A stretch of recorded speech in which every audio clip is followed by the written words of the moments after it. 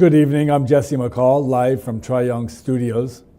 Tonight, we need to have a serious conversation about logic, geography, and the truth. You see, for months, the border between Cambodia and Thailand has been tense. But recently, the Thai military regime has latched onto a specific narrative that is being used to justify their aggression, being used to justify their suspension of the peace deal, and being used to justify their refusal to release Cambodia's 18 captured soldiers. That narrative is Cambodia is planting new landmines inside Thai territory. Tonight, we are going to dismantle this lie. We're going to look at the facts, the physics, and the sheer absurdity of the Thai claims. When you look closely, you will see that this is not a security concern. It is a manufactured crisis designed to sabotage peace. So, let's start with maybe the most recent incidents. We have reports of Thai soldiers, and even just this week, a Chinese national stepping on landmines in the border areas near Sakao and Brevahia Temple. Thailand screams out that these are, quote unquote, new attacks. But let's apply some basic logic. These incidents are happening, please remember, in dense wilderness areas, forests, and non-demarcated zones. These are the areas that have been known minefields for 40 years, remnants of a civil war that ended decades ago. So why are Thai soldiers and a Chinese national wandering off-road into known, dangerous wilderness areas? If these were Thai sovereign territory, as they claim, why are they not secured? If they are patrol routes, then why are they suddenly exploding now? The reality is simpler and unfortunately darker. To step on a mine in the wilderness, remember, you have to be entering the wilderness. Let me explain.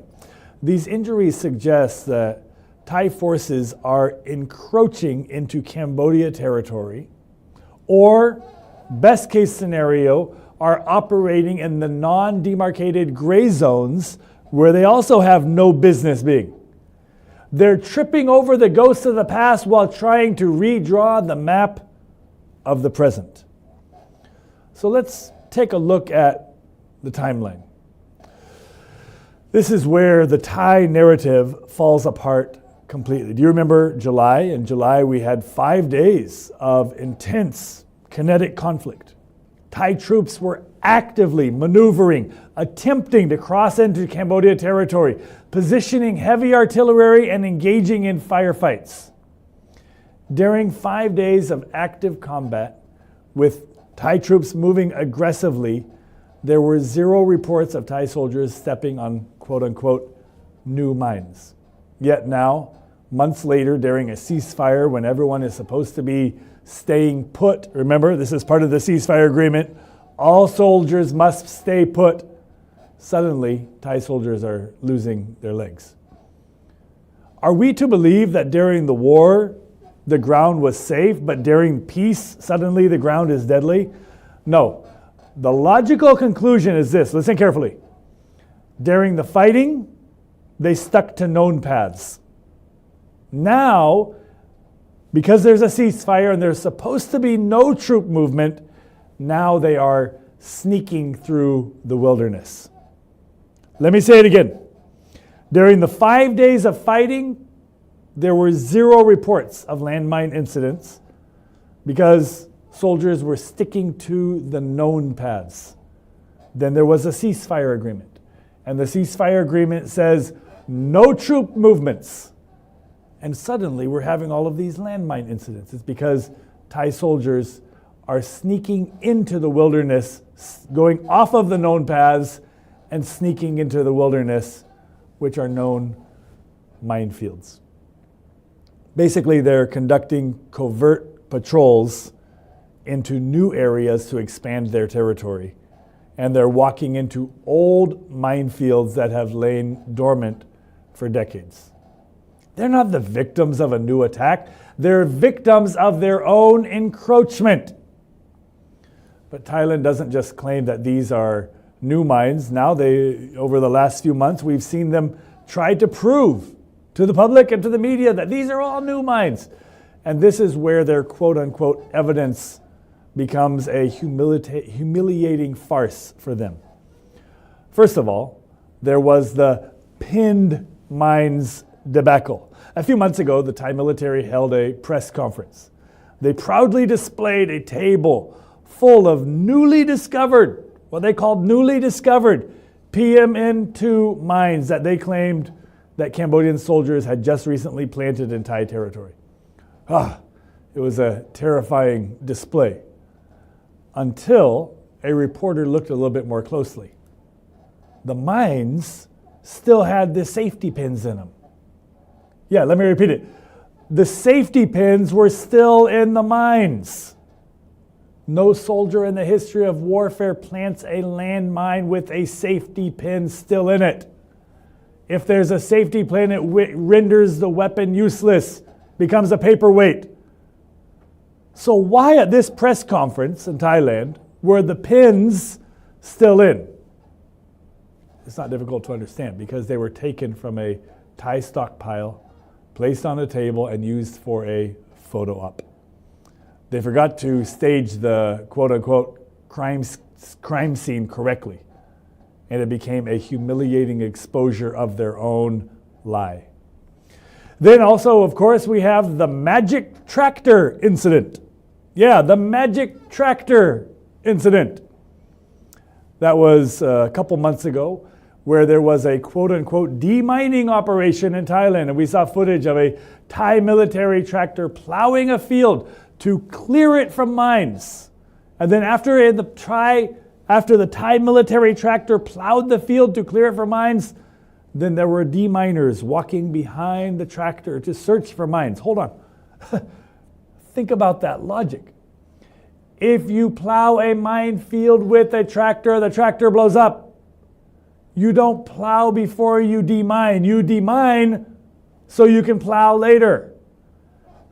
This was not a military operation. It was pure theater. It was a staged video designed to look active for a domestic audience there in Thailand that they assume isn't smart enough to ask questions. So, what's the real agenda? Why Thailand's lie matters? Why would they go through such embarrassing links? Why would they stage these photos? Why would they lie about the pins? Basically because Thailand needs an excuse. First of all, Thailand has wanted to back out of the Kuala Lumpur peace accords because they don't want to withdraw their heavy weapons. The landmine, the quote-unquote landmine story, gave them the excuse to say, oh, Cambodia broke the trust first. Then there's also the hostages. Remember, Thailand is still holding 18 Cambodian soldiers as political prisoners. And they know that this is illegal. But by screaming, oh, landmines, landmines, they try to create a false moral equivalence. Basically what they're going to say is, oh, we're not going to release your men because you're putting landmines on our soil. It's a cynical, cruel strategy. They're using the tragic legacy of war, the old mines that Cambodia is working day and night to clear, and weaponizing it to justify new aggression from their side. So, here is the truth. Cambodia is a signatory of the Ottawa Convention. Cambodia is one of the world's leaders in demining. Cambodia has cleared thousands and thousands of hectares. Cambodia does not plant landmines. Cambodia digs up landmines.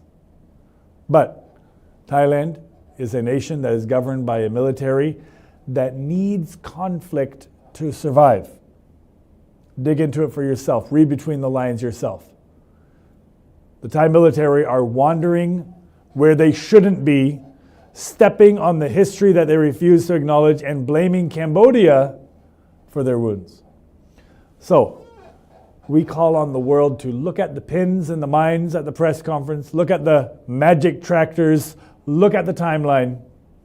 Cambodia is not sneaking into Thailand. Cambodia is standing on Cambodia's own soil, protecting Cambodia's own peace, and waiting for our neighbor to stop lying and to start acting like a civilized nation.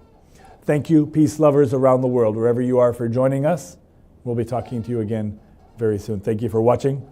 Good night.